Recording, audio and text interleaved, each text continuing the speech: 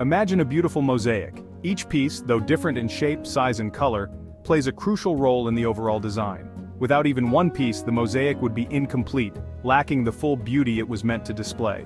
It's made up of many different pieces, each with its own unique shape and color. These pieces, though distinct, come together to form a cohesive and stunning image. Each piece, no matter how small or seemingly insignificant, contributes to the whole. But when the pieces are put together, they create a stunning work of art. The beauty of the mosaic lies in its diversity, in the way each piece complements the others, creating a masterpiece that is far greater than the sum of its parts. That's what the body of Christ is like. Just as the mosaic is made up of many different pieces, the body of Christ is made up of many different people, each with their own unique gifts, talents, and backgrounds. Together we form a beautiful and powerful community.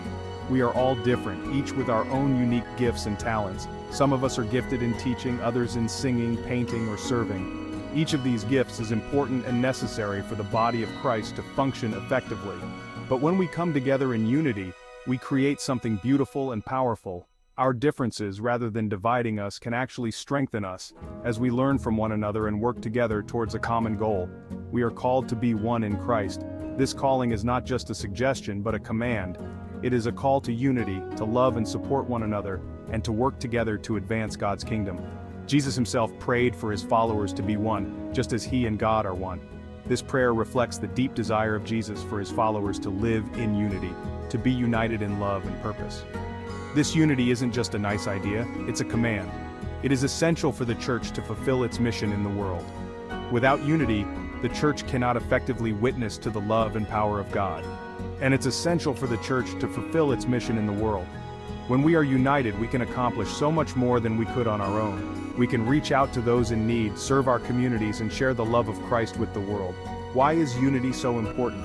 Because it reflects the very nature of God. God is a Trinity, Father, Son, and Holy Spirit, three persons united in perfect love and harmony. Because it reflects the very nature of God. God is a Trinity, Father, Son, and Holy Spirit, three persons united in perfect love and harmony. When we live in unity with one another, we reflect this image of God to the world. God is a Trinity, Father, Son, and Holy Spirit, three persons united in perfect love and harmony. This perfect unity within the Godhead is the model for our relationships with one another. Just as the Father, Son, and Holy Spirit are one, we are called to be one. When we live in unity with one another, we reflect this image of God to the world.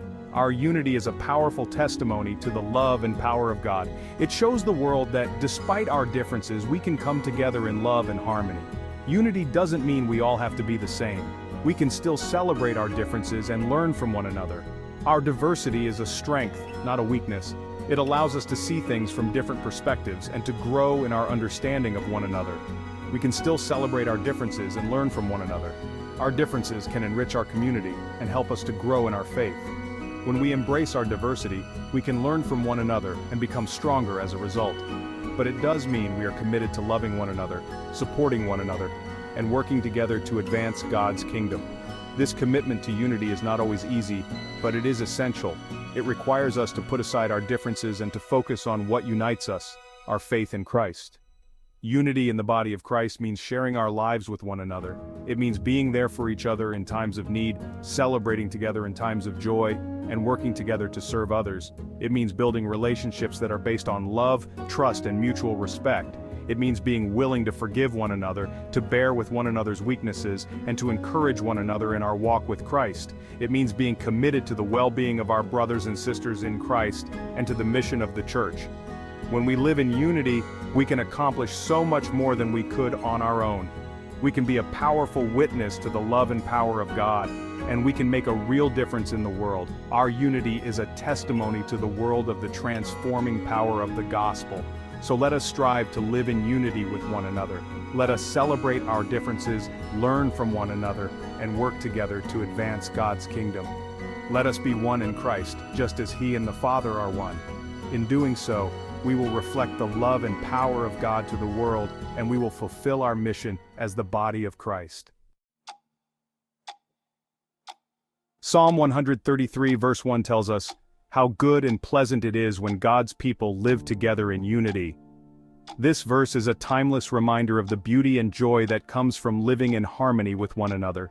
It speaks to the heart of what it means to be a community, a family, united in purpose and love. When we come together, setting aside our differences and focusing on our shared faith, we create an environment where love can flourish. This unity is not just about being physically together but about being united in spirit and purpose. This verse paints a beautiful picture of harmony and togetherness. It's a vision of a community where everyone is valued, where each person's unique gifts and perspectives are celebrated. It's like a fragrant perfume, pleasing to God and refreshing to those around us. Just as a sweet-smelling fragrance can fill a room and lift our spirits, so too can the unity of believers bring joy and encouragement to all who experience it. Imagine a world where Christians lived in perfect unity, a world where we truly loved one another as Christ loves us, where we forgave each other as we have been forgiven, and where we supported each other in times of need. We would be known for our love, compassion, and forgiveness. Our communities would be places of refuge and healing, where people could come to find hope and support. We would be a powerful force for good in the world, bringing hope and healing to those who are hurting. Our actions would speak louder than words, showing the world the transformative power of God's love. This unity is not something we can achieve on our own.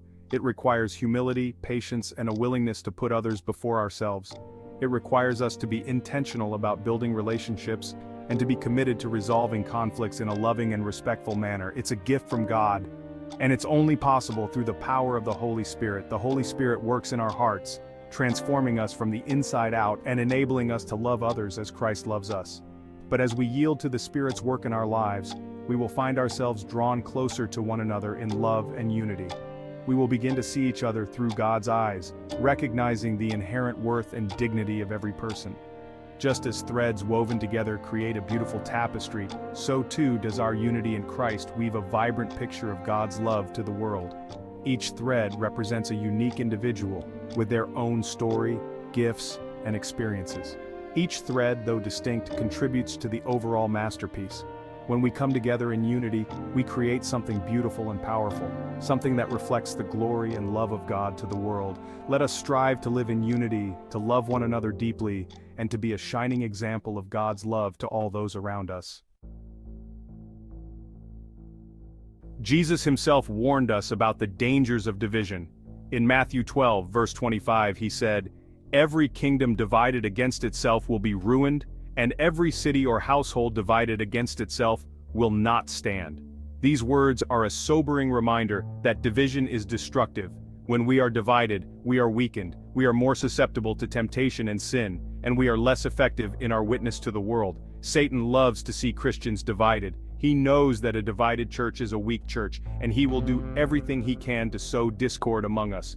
We must be on guard against Satan's schemes. We must resist the temptation to gossip, criticize, and judge one another. Instead, we must put on love, which is the perfect bond of unity. A house divided cannot stand. This principle applies not only to nations and families, but also to the church. Division within the body of Christ hinders our mission and weakens our witness. The Apostle Paul repeatedly emphasized the importance of unity in the church. He understood that a divided church could not stand strong against the challenges and trials it would face. Unity was not just a nice idea, it was essential for the survival and growth of the early Christian communities. In Ephesians 4 verse 3, he urges us to make every effort to keep the unity of the Spirit through the bond of peace. This call to unity is a reminder that peace is the glue that holds us together. Without peace, our efforts to stay united would crumble. This unity is not something we can manufacture on our own. It is not a product of human effort or ingenuity. Instead, it is a divine gift, a reflection of the unity that exists within the Trinity itself. The Father, Son, and Holy Spirit are perfectly united, and we are called to mirror that unity in our relationships with one another. It is a gift from God, and it is only possible through the power of the Holy Spirit. The Holy Spirit works within us, transforming our hearts and minds, enabling us to love one another deeply and sincerely.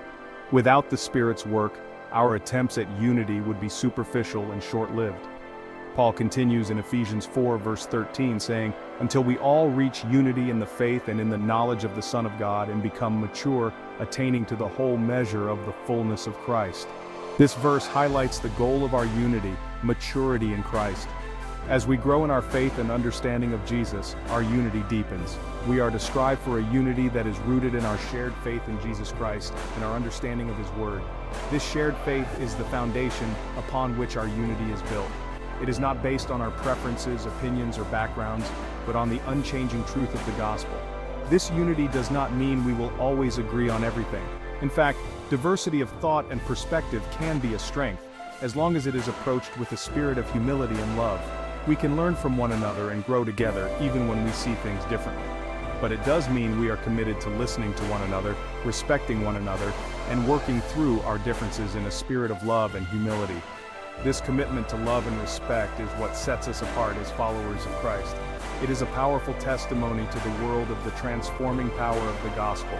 The strength of the church lies not in its numbers, but in its unity. A small, united church can have a greater impact than a large, divided one. Unity gives us strength, courage, and resilience. It enables us to stand firm in the face of adversity and to support one another through life's challenges. When we are united in Christ, we become an unstoppable force for God's kingdom. Our unity allows us to work together effectively, to pool our resources and talents, and to make a greater impact for the gospel. It is through our unity that the world will see the love of Christ and be drawn to Him. Unity in the church also extends beyond our local congregations. It is a call to be united with believers around the world. We are part of a global family, and our unity with them is a powerful witness to the world. When we stand together, regardless of our cultural or geographical differences, we demonstrate the universal nature of the gospel. Let us, therefore, make every effort to keep the unity of the Spirit through the bond of peace. Let us strive to be mature in our faith, to love one another deeply, and to work together for the sake of the gospel. In doing so, we will reflect the unity of the Trinity and bring glory to God. United we stand, not by our own strength, but by the power of the Holy Spirit. Let us embrace this gift of unity and live it out in our daily lives, so that the world may see and believe in the one who unites us all.